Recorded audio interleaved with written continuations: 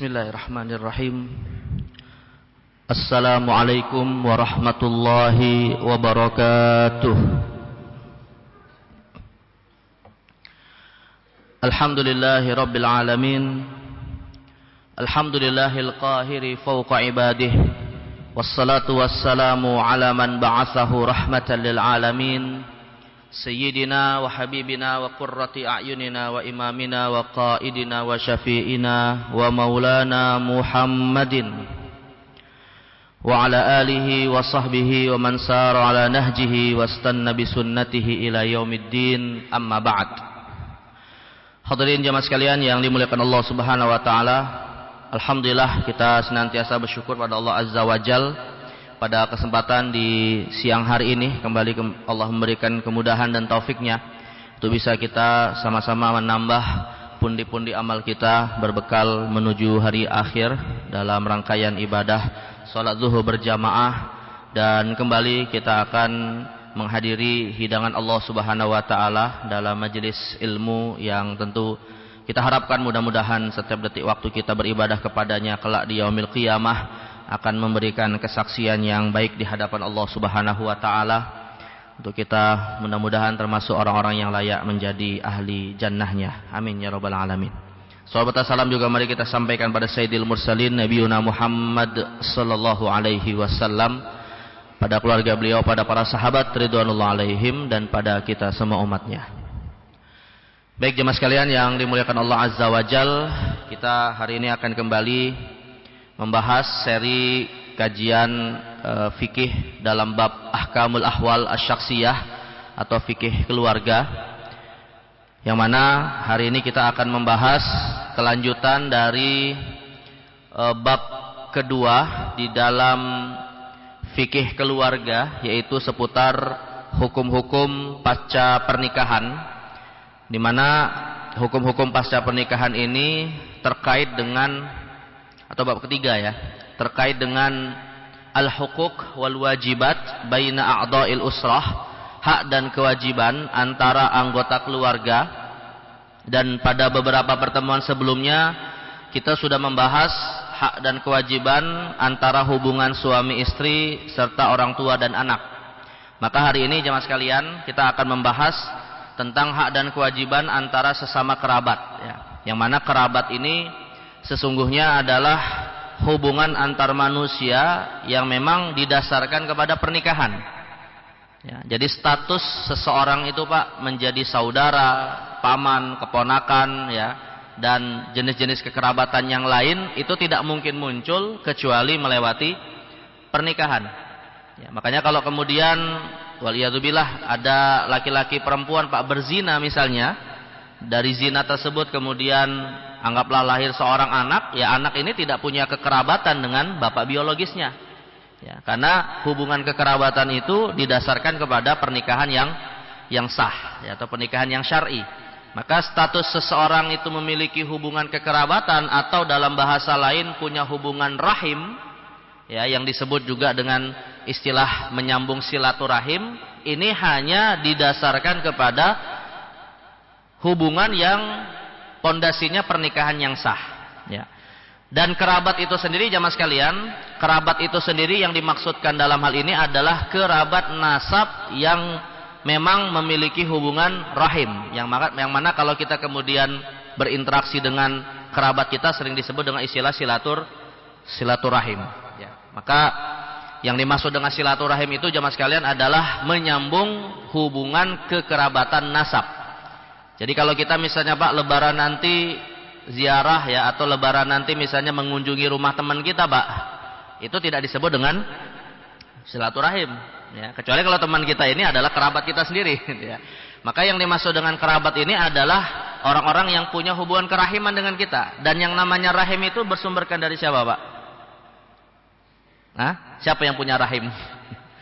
Ibu ya, ibu itu punya rahim. Jadi artinya orang yang punya hubungan kepada satu ibu yang sama, nah itu yang sebenarnya disebut dengan hubungan kerabat yang memiliki hubungan rahim. Dan diantara keutamaannya Pak ketika kita menyambung silaturahim, dalam hadis yang mungkin insyaallah kita sering mendengarnya ya, kata Nabi sallallahu alaihi wasallam, "Man ahabba an yatula umruhu wa yunsha'alahu fi athari falyasil rahimah." Barang siapa yang ingin dipanjangkan umurnya, artinya diberkahi umurnya oleh Allah dan juga rizkinya diperbanyak, maka hendaknya senantiasa menyambung silaturahim. Nah, karena itu jamaah sekalian, terkait dengan menyambung silaturahim ini jamaah sekalian, hal yang tentunya menjadi skala prioritas untuk kita ketahui adalah apa hakikatnya hak dan kewajiban yang muncul ya dari hubungan kekerabatan yang wajib kita sambung ya, silaturahim ini. Nah, inilah yang insyaallah akan kita bahas hari ini, tentang hak dan kewajiban antara sesama kerabat yang menjadi skala prioritas dalam menyambung silaturahim. Nih, kadang bahasa Indonesia dengan bahasa Arab ini nyampur-nyampur, Pak. Menyambung silaturahim. Padahal silah itu artinya apa, Pak? Nah, menyambung gitu ya. Jadi kalau menyambung silaturahim diterjemahkan apa, Pak, artinya? Menyambung rahim gitu ya. Nah, kayak kalau misalnya di bulan Ramadan, Pak, para pencerah mengatakan kemuliaan malam Lailatul Qadar. Terjemahannya gimana, Pak? Kemuliaan malam Qadar gitu ya. Ya, karena Lailatul Qadar itu sudah menjadi satu kata yang sepaket gitu ya. Padahal artinya kan malam Qadar ya. Sebagaimana silaturahim gitu ya. Jadi menyambung silaturahim. Padahal silah itu sendiri artinya adalah menyambung ya. Nah, jadi hal yang menjadi prioritas dalam hubungan silaturahim kita itu adalah hak dan kewajiban antara sesama kerabat ya. Nah, namun sebelum kita masuk jamaah sekalian kepada apa saja hak dan kewajiban antara sesama kerabat, kita akan mengenal dulu, Pak, hubungan kekerabatan itu seperti apa ya. Kalau ingin mudah menghafalnya jamaah sekalian, hubungan kekerabatan ini bisa kita kelompokkan atau klasifikasikan menjadi 3. Ini sebenarnya sudah kita bahas, Pak, ketika kita membahas tentang masalah waris ya. Jadi hubungan kekerabatan itu ada 3 klasifikasi atau ada 3 kelompok ya. Yang pertama adalah kerabat usul ya. Jadi kerabat usul itu kerabat yang ke atas, Pak. Jadi kita punya hubungan kekerabatan kepada orang-orang yang bernasab atau kepada orang-orang yang kita sambung silaturahimnya ke atas. Ya, dalam hal ini adalah bapak, ibu, kakek, nenek dan seterusnya. Kalau seandainya masih ada yang hidup ke atas ya. Yang kedua adalah furu', yang ke bawah ya. Furu' yang ke bawah ya, dalam hal ini adalah anak, cucu ya, dan seterusnya. Kemudian yang ketiga, Pak, hawashi, kerabat hawashi. Nah, kerabat hawashi ini pokoknya ada 4 ya. Tapi dari 4 ini bisa saja nanti berkembang. Tapi pokoknya ada 4, Pak. Yang pertama saudara, yang kedua anak dari saudara yaitu keponakan ya, yang ketiga adalah saudara dari orang tua yaitu paman dan bibi, dan yang keempat adalah anak dari paman dan bibi atau sepupu. Jadi kerabat kita yang ke samping itu saudara, keponakan, paman dan sepupu. Saya mengurutkannya, Pak ya. Saya mengurutkannya berdasarkan hak perwalian nikah. Jadi seperti yang sudah pernah kita bahas juga, Pak, bahwa urutan perwalian nikah itu adalah saudara, keponakan, paman baru sepupu ya. Jadi bukan saudara, paman, keponakan, sepupu, tidak. Tapi yang paling kuat itu adalah saudara, baru kedua adalah keponakan, ketiga paman, baru yang terakhir sepupu. Dalam arti, Pak, urutan ini juga akan menjadi skala prioritas kerabat yang hendaknya kita sambung silaturahimnya. Jadi kalau seandainya, Pak, kita anggaplah terjadi kontradiksi gitu ya, antara menyambung silaturahim antara keponakan dengan paman misalnya. Sebenarnya kalau berdasarkan hubungan perwalian nikah yang didahulukan adalah keponakan atau paman? Hah? Keponakan atau paman, Pak? Ya, kalau berdasarkan ketentuan wali sebenarnya keponakan lebih kuat daripada paman gitu ya. Walaupun dalam konteks yang lain sebenarnya paman juga punya hak lebih karena mereka adalah saudara dari orang tua kita. Yang mana ketika kita bersilaturahim kepada paman kita, Pak, hakikatnya itu juga bagian dari kita berbakti kepada orang tua juga ya, karena Nabi SAW mengatakan abarul birri an yasila wudda abihi. Sesungguhnya di antara bakti seorang anak kepada orang tuanya adalah menyambung hubungan baik dengan orang yang dicintai oleh orang tua kita. Ya, dalam hal ini tentunya siapa? Saudaranya yang lebih utama ya. Tapi kalau kita prioritaskan, Pak, sebenarnya keponakan itu lebih prioritas daripada paman ya. Termasuk dalam konteks seandainya nanti kita bicara dalam masalah nafkah misalnya Pak, atau masalah pemberian sesuatu, maka yang didahulukan itu keponakan baru paman. Ya. Tapi pertanyaannya nanti akan kita jawab Pak, sebenarnya paman dan keponakan termasuk wajib dinafkahi nggak? Nah, ini yang nanti akan kita bahas ya. Jadi ini dari sisi 3 hubungan kekerabatan. Nanti masalah nafkah dan lain-lain insya Allah akan kita bahas. Jadi jamaah sekalian bukan Allah Subhanahu Wa Taala ya. Setelah kita mengetahui Pak 3 klasifikasi hubungan kekerabatan, ada yang ke atas atau usul, ada yang ke bawah atau furu', dan yang ketiga yang ke samping hawashi. Nah pertanyaan berikutnya adalah, nah ini yang paling penting, apa saja hak-hak mereka? Ya, apa saja hak-hak mereka? Dalam arti kalau kita bicara hak Pak, berarti ini bicara tentang kewajiban. Ya, kita misalnya berposisi sebagai seorang keponakan, berarti kita punya paman, kita punya paman dalam konteks ini. Kalau keponakan berarti hubungannya paman, gitu ya. Kalau kita berstatus sebagai paman, berarti kita punya keponakan. Kalau kita berstatus sebagai seorang saudara, berarti kerabat kita adalah saudara. Nah, kira-kira apa yang menjadi kewajiban kita kepada mereka yang mana mereka punya hak terhadap kita dari aspek kekerabatan ini? Nah, dalam hal ini Pak, kita dalam hal ini mungkin tidak secara spesifik membahas yang ke atas dan yang ke bawah. Ya, kita tidak secara spesifik membahas orang tua, kakek nenek, kemudian anak dan cucu, karena sudah kita bahas pada pertemuan yang lalu. Tapi yang lebih spesifik kita bahas yang ke samping, ya, hawashi. Apa hak saudara kita, apa hak keponakan kita, apa hak paman bibi kita, dan apa hak sepupu kita, ya. Yang mana itu merupakan kewajiban kita. Nah, setidaknya dalam masalah ini jemaah sekalian, ada 6 hubungan kekerabatan atau hak-hak kekerabatan yang harus kita perhatikan. Yang pertama adalah berlaku ihsan. Ya, berlaku ihsan. Hal ini seperti disebutkan, ya, diperintahkan oleh Allah di dalam Al-Qur'an surat An-Nisa ayat 36, di mana Allah berfirman, wa'budullaha wa la tusyriku bihi syai'aw wa bil walidaini ihsanaw wa bidzil qurba. Ya, kata Allah Subhanahu wa taala, sembahlah Allah dan jangan sekutukan dengan siapapun atau dengan apapun, dan berbuat baiklah, berbuat ihsanlah. Pertama yang didahulukan adalah bapak ibu, baru kemudian yang kedua karib kerabat. Nah, berarti dalam ayat ini ada hak dari kerabat kita Pak berupa perbuatan ihsan. Dan ini berlaku kepada semua kerabat. Nah, pertanyaannya jemaah sekalian, apa makna ihsan itu sendiri Pak? Ya. Kalau terjemahannya kan berbuat baik. Sebenarnya Pak, definisi ihsan yang paling mudah untuk kita pahami itu adalah memperlakukan kerabat kita sebagaimana kita senang memperlakukan diri kita sendiri. Itu makna ihsan. Ya. Jadi ihsan itu artinya kalau kita misalnya ingin mengukur apakah kita sudah berbuat baik kepada kerabat kita, maka ukurlah apakah kita sudah berbuat baik kepada diri sendiri. Ini standar ihsan yang paling rendah Pak. Tapi kalau standar ihsan yang paling tinggi, ya, karena ihsan itu juga ada tingkatannya, standar ihsan yang paling tinggi namanya disebut dengan al-itsar. Ya, al-itsar. Nah, kalau al-itsar itu artinya mendahulukan kepentingan orang lain daripada kepentingan diri sendiri. Jadi kalau ihsan itu setara. Kalau ihsan itu setara, ya artinya kepentingan orang lain ya sama seperti kepentingan kita. Kalau kita ingin diperlakukan baik oleh orang lain, maka orang lain pasti juga ingin diperlakukan dengan cara yang baik oleh kita. Nah, itu namanya, kalau yang setara seperti ini Pak, namanya disebut ihsan, ya. Tapi kalau kita memberi lebih, seperti disebutkan dalam Al-Qur'an, wa idza hayyitum bitahiyyatin fahayyu bi ahsana minha aw rudduha.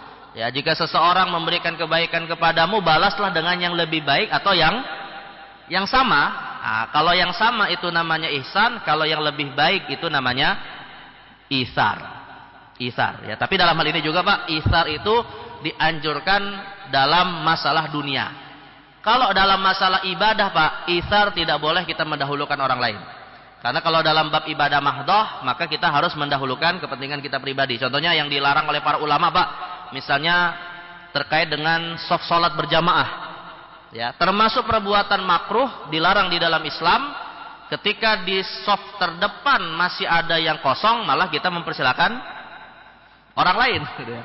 Jadi silakan kamu di depan duluan. Nah, itu nggak boleh. Ya, karena dalam hal ini masalah ibadah kita harus berlomba-lomba, fastabiqul khairat. Ya. Tapi kalau dalam urusan dunia Pak, dalam urusan dunia terkait dengan masalah apa kepentingan dunia, maka afdolnya mendahulukan kepentingan orang lain kalau bisa. Ya. Tapi kalau tidak, paling tidak setara. Nah, inilah cara kita mengukur sebenarnya kita sudah berbuat ihsan atau tidak kepada khususnya kerabat kita, ya. Baik, ini yang pertama jemaah sekalian. Yang kedua, hak dari saudara atau hak dari kerabat kita, Pak, adalah diakui semua nasabnya, ya. Diakui nasabnya. Dalam arti jemaah sekalian, termasuk perbuatan haram, Pak, mengingkari nasab kerabat.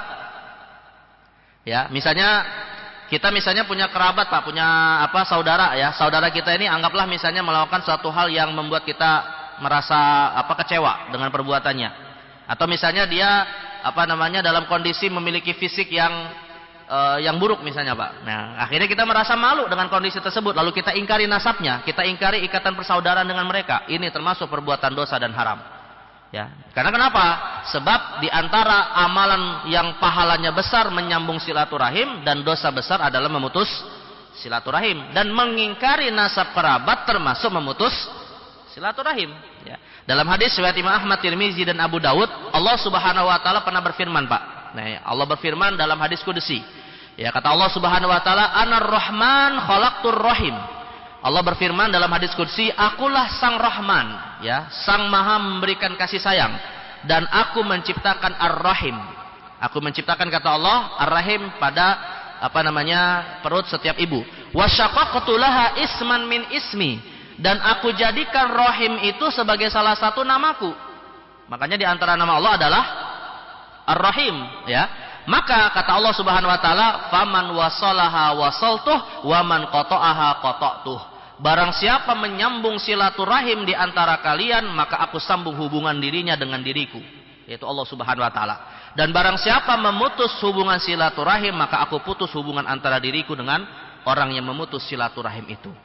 Artinya jemaah sekalian, salah satu cara kita memiliki hubungan baik kepada Allah adalah dengan menyambung silaturahim. Kalau hubungan silaturahim kita buruk kepada kerabat kita, maka hakikatnya kita pun memiliki hubungan yang buruk kepada Allah Subhanahu wa taala. Nah, dalam hal ini, Pak, hadis ini tidak menjelaskan secara spesifik apakah kerabat kita ini muslim atau kafir. Artinya berlaku dalam hal ini kerabat yang non muslim juga.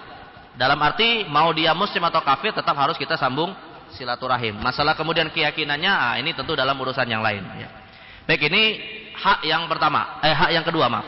Hak yang ketiga jemaah sekalian, hubungan mahram, ya. Nah, tapi ini ada tanda tanya, Pak. Hubungan mahram ada tanda tanya, karena tidak semua kerabat itu punya hubungan mahram, ya. Misalnya saudara mahram bagi kita, Pak, tapi sepupu bukan mahram, ya. Saudara mahram, keponakan mahram, paman mahram, tapi sepupu bukan mahram. Nah, tapi kalau ditanya, Pak, kenapa keponakan mahram tapi sepupu bukan mahram? Jawabannya apa, Pak, kira-kira? Keponakan itu kan anak saudara, ya, sepupu anak paman. Kenapa keponakan itu mahram sedangkan sepupu bukan? Apa jawabannya kira-kira, Pak? Nah? Sederhana jawabannya, Pak. Cuman 2 kata. Wallahu a'lam. Wallahu a'lam itu maksudnya apa? Ya karena begitu Allah tentukan, selesai gitu ya. Kita kalau ditanya alasannya apa, ya memang Allah sudah tentukan kayak gitu seperti di surat An-Nisa gitu ya. Nah, jadi karena bisa jadi, Pak, antara keponakan dengan sepupu itu kan hubungannya mirip, ya. Keponakan itu anak saudara, sepupu itu anak paman bibi gitu kan. Dia mirip, kedekatannya dengan kita tuh mirip gitu ya. Tapi kenapa satu mahram satu bukan? Ya jelas, karena Allah yang menentukan gitu ya. Karena Allah ingin mengatakan liyabluwakum ayyukum ahsanu amala, ya. Kenapa Allah tentukan aturan seperti itu? Untuk melihat siapa yang paling baik amalnya. Apakah sami'na wa ata'na atau malah sami'na wa asaina. Apakah kita kemudian taat atau malah bermaksiat kepada Allah Subhanahu wa taala, ya. Baik, tapi nanti akan sedikit kalau nanti ada sisa waktu, Pak, kita akan kembali mengulangi siapa yang mahram, siapa yang bukan dari kerabat kita. Yang keempat, hak kekerabatan kita jamaah sekalian adalah wilayah pernikahan, ya. Artinya menjadi wali. Nah, jadi di antara hak kekerabatan juga bisa menjadi wali pernikahan. Ya, misalnya tadi seperti yang saya sebutkan, saudara, keponakan itu bisa jadi wali urutannya, ya, paman dan seterusnya. Tapi jamaah sekalian, jalur perwilayahan atau perwalian nikah itu hanya dari jalur ayah, ya, ibu tidak. Paman dari jalur ayah bisa jadi wali nikah, tapi paman dari jalur ibu tidak bisa jadi wali nikah. Nah, kalau ditanya, Pak, kenapa kok paman dari jalur ayah bisa, dari jalur ibu tidak bisa? Jawabannya apa? Wallahu a'lam.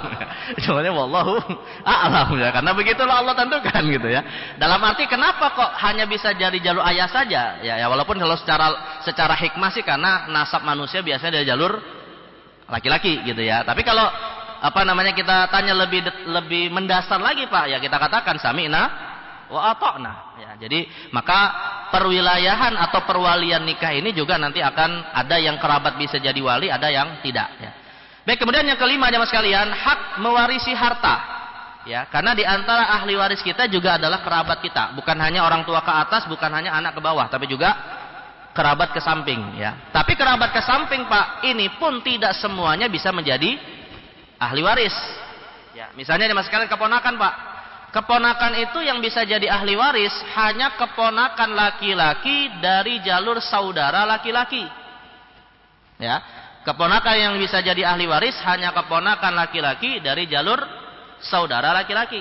Tapi keponakan perempuan atau keponakan laki-laki Pak dari jalur saudara perempuan itu bukan ahli waris. Atau bisa kita sederhanakan, keponakan laki-laki ahli waris, keponakan perempuan bukan ahli waris. Nah, kalau ditanya Pak, kenapa berbeda? Jawabannya wallahu a'lam juga. Wallahu a'lam juga. Ya, karena tidak semua hal bisa dilogikakan dengan akal, Pak ya. Jadi sekali lagi ya, kita kalau misalnya nggak tahu hikmah secara aklinya atau hikmah secara logisnya, ya sudah kita serahkan ketaatan kepada Allah Subhanahu wa taala. Tapi nanti para ulama juga menyebutkan, Pak, kenapa keponakan dari jalur saudara laki-laki saja yang bisa jadi ahli waris, sedangkan dari jalur perempuan tidak? Ya, alasannya diantaranya karena hubungan kekerabatan kepada perempuan memutus hak waris. Nah, tapi kalau kemudian ditanya lebih mendasar lagi, maka kita katakan wallahu a'lam. Ya. Baik, nanti mungkin juga akan kita jelaskan sedikit ya, mengulangi diagram siapa saja ahli waris dari kerabat atau bukan. Dan yang terakhir Pak, ini yang sebenarnya lebih detail akan saya bahas ya di sisa waktu yang ada, ini karena waktunya juga sangat terbatas sekali sampai jam 1, yaitu terkait dengan hak nafkah. Nah, masalah hak nafkah ini untuk kerabat kita Pak, para ulama berbeda pendapat dalam 3 mazhab. Siapakah kerabat yang punya hak nafkah? Ya. Jadi sekali lagi, kalau kita berposisi Pak sebagai seseorang yang punya kerabat, kita lihat siapakah kerabat kita yang wajib kita nafkahi ketika mereka memang sedang membutuhkan kebutuhan primer mereka. Ya, siapa yang harus kita berikan kewajiban nafkah? Dalam arti begini Pak, kalau kita bicara kewajiban nafkah, maknanya tidak sah zakat diberikan kepada kerabat yang wajib kita nafkahi. Ya, karena antara zakat dan nafkah yang wajib diprioritaskan adalah apa? Nafkah atau zakat, Pak? Ya, ini sebelum kita sebut orangnya, Pak. Ya, jadi kalau misalnya nih, orangnya ini misalnya mustahik zakat, secara kondisi ekonomi dia fakir. Tapi di sisi yang lain, Pak, bisa jadi dia orang yang wajib kita nafkahi. Maka yang paling diprioritaskan itu menafkahi atau memberi zakat? Hah? Nafkah. Bahkan yang namanya nafkah, Pak, itu bisa saja menggugurkan kewajiban zakat. Ya, karena nafkah lebih utama daripada zakat. Maka kalau kita ingin memberikan zakat misalnya kepada kerabat kita Pak, di antara syarat sang mustahik zakat bukan pihak yang wajib dinafkahi. Kalau kita mau memberi zakatnya secara langsung, tidak lewat amil zakat. Tapi kalau kita memberi zakat Pak lewat amil zakat, lalu sang amil zakat menyerahkan kepada kerabat yang wajib kita nafkahi, itu sah. Ya. Nah, maka namanya zakat itu kan bisa secara langsung, bisa lewat lembaga zakat. Tapi kalau kita memberi zakat kepada langsung mustahiknya Pak, mungkin kita lebih tahu tentang kondisi sang mustahik, maka harus dipastikan bukan orang yang wajib kita nafkahi. Nah, misalnya contohnya jemaah sekalian, seorang suami Pak nggak boleh memberi zakat hartanya kepada istrinya. Ya, karena kewajiban untuk istri adalah diberi nafkah oleh suami. Tapi kalau istrinya kaya Pak, sedangkan suaminya miskin, boleh nggak sang istri memberi zakat ke suaminya, Pak? Hah? Boleh nggak? Ada nggak di sini para suami mustahik, istrinya muzaki? Nah, seandainya ada Pak, sah zakatnya menurut mayoritas ulama. Menurut mazhab Maliki, Syafi'i dan Hambali, sah zakat diberikan seorang istri kepada suami. Tapi dengan catatan suaminya mustahik. Ya, kalau suaminya bukan mustahik ya nggak boleh. Tapi kalau dalam mazhab Hanafi Pak, mereka berpendapat zakat tidak boleh diberikan seorang istri kepada suami. Karena nanti ketika istri memberikan zakat kepada suami, oleh suami dipakai untuk menafkahi istri lagi. Nah, jadi ujung-ujungnya bolak-balik juga gitu ya. Nah, ini kalau versinya Hanafi gitu ya. Tapi kalau versinya mayoritas ulama, boleh seorang sah istri memberi zakat kepada suami ya. Tapi dengan catatan tetap dengan menghargai kedudukannya sebagai seorang suami gitu. Jangan ujuk-ujuk karena suaminya miskin ya, istrinya kaya bilang, "Mas, ini ada zakat, pakai." Ya, enggak, tetap apa namanya, ada adabnya ya.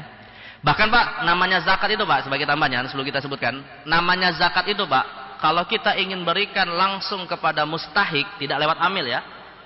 Afdolnya menurut para ulama jangan menyebut kata zakat.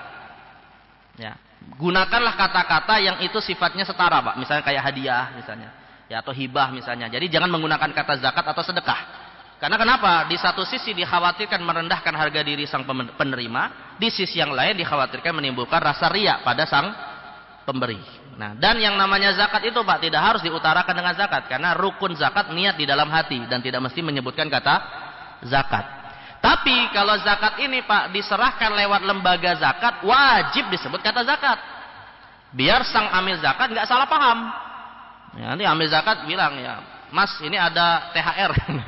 Kita nyebutnya kata THR Pak, padahal niatnya zakat. Ya, salah paham nanti dia. Dan kalau kesalah paham nanti distribusinya keliru ya.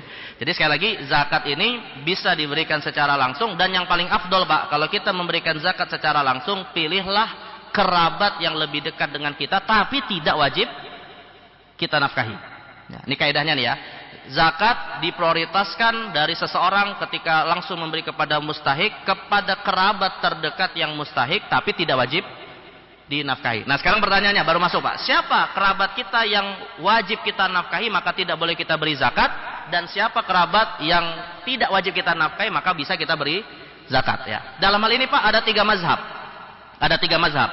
Ya, dan dasar nafkah ini adalah surah Al-Baqarah ayat 215 di mana Allah berfirman, "Yas'alunaka madza yunfiqun?" Mereka bertanya kepadamu wahai Muhammad, nafkah ini diberikan kepada siapa? Maka Allah kemudian memberikan jawaban ya, "Qul ma anfaqtum min khairin falil walidaini wal aqrabin." Katakan wahai Muhammad, apapun yang engkau nafkahkan maka hendaknya diberikan kepada ibu bapak baru kepada kaum kerabat. Nah, artinya Allah sendiri juga menyebutkan kerabat itu ada yang wajib kita nafkahi. Nah, tapi siapa mereka Pak ya? Dalam hal ini ada 3 mazhab. Mazhab yang pertama adalah mazhab Hanafi. Mazhab Hanafi menetapkan Pak, standar kerabat yang wajib dinafkahi adalah karena hubungan mahram.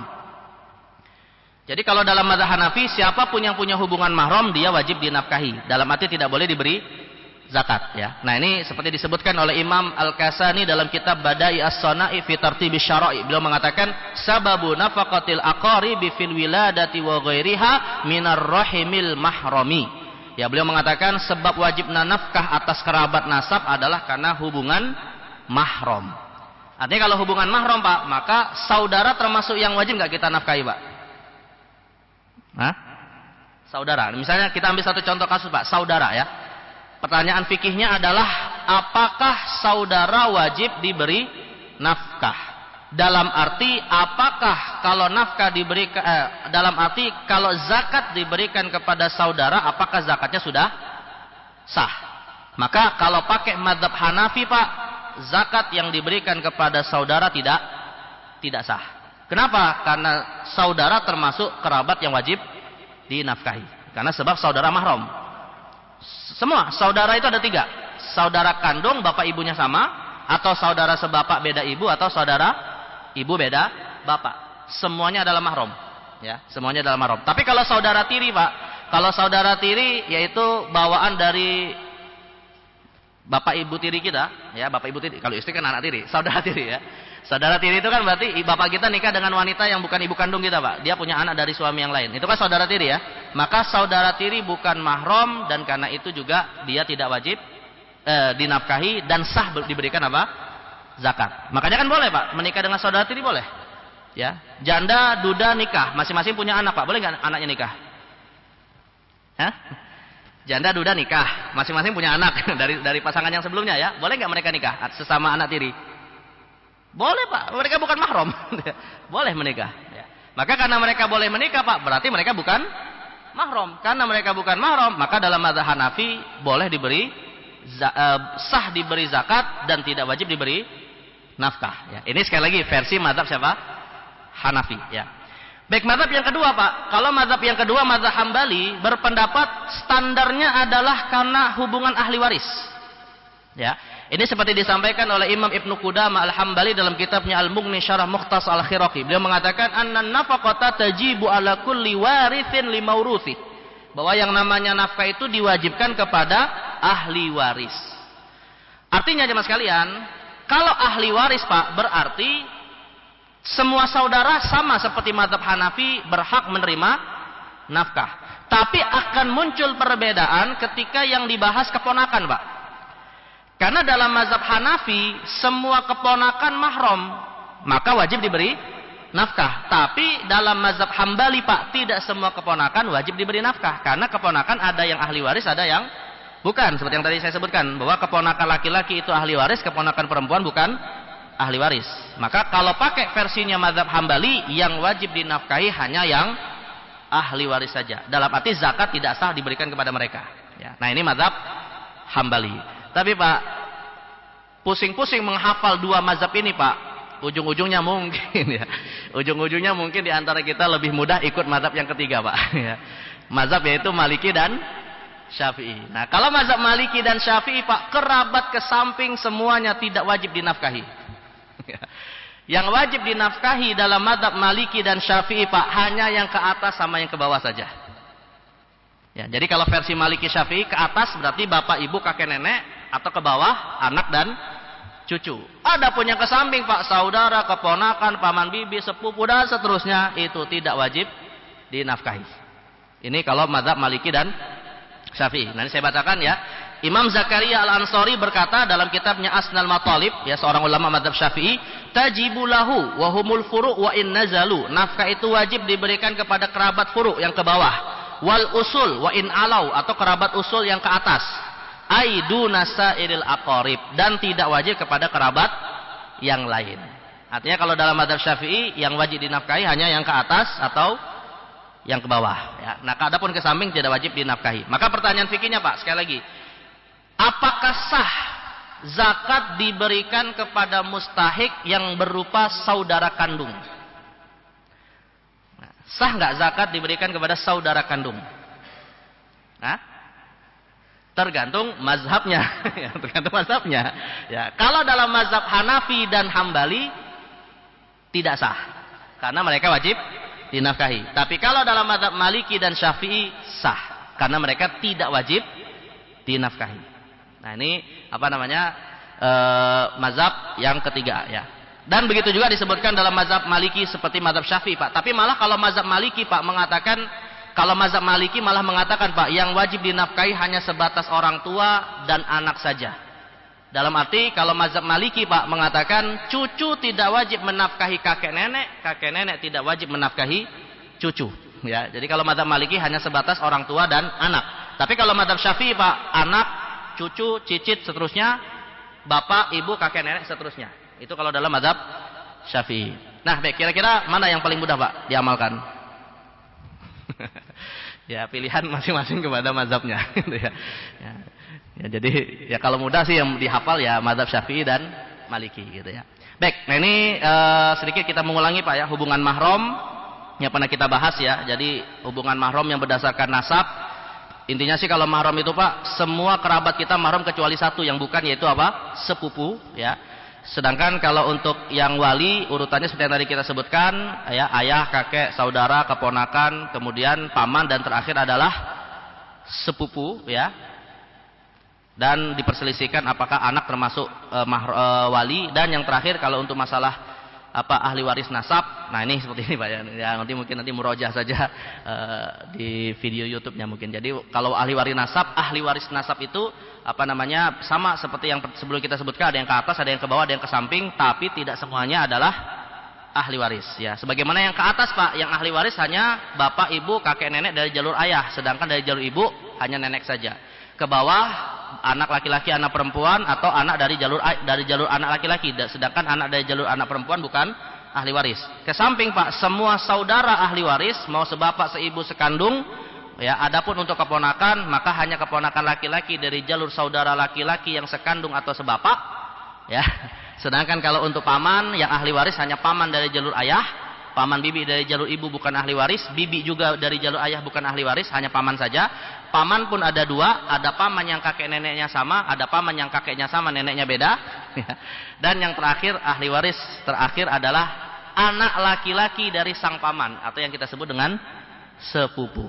Nah itu, jadi artinya tidak semua kerabat itu ahli waris, namun ada yang sebagian ahli waris. Dan sebagai kesimpulan Pak, kalau ditanya kenapa dibeda-bedakan, ya, maka jawabannya adalah wallahu a'lam. Nah, jadi itu kesimpulan terakhirnya Pak, ya, karena semua hubungan ini Allah yang menentukan, bukan ustadz, bukan siapapun, tapi Allah Subhanahu Wa Taala. Nah maka kembali kepada kaidah asal, silaturahim yang menentukan pun adalah Allah Subhanahu Wa Taala, ya. Baik, inilah mungkin hak dan kewajiban terkait dengan hubungan kekerabatan, ya. Mudah-mudahan sekali lagi kita berharap memiliki hubungan yang baik, ya, dijaga oleh Allah Subhanahu Wa Taala kekerabatan kita dengan siapapun dari kerabat kita, karena kita berharap mudah-mudahan nanti hubungan ini Pak akan berlanjut sampai ke surganya Allah Subhanahu Wa Taala. Amin ya rabbal alamin, ya. Baik, mungkin yang bisa saya sampaikan, ya Mas kalian, ya, karena waktulah yang membatasi kita, mungkin kita cukupkan. Dan mari kita tutup dengan doa kafaratul majlis. Subhanakallahumma wa bihamdika asyhadu an la ilaha illa anta astaghfiruka wa atubu ilaik. Wassallallahu ala sayyidina Muhammadin nabil ummi wa ala alihi wa sahbihi wa baraka wasallam. Wassalamualaikum warahmatullahi wabarakatuh.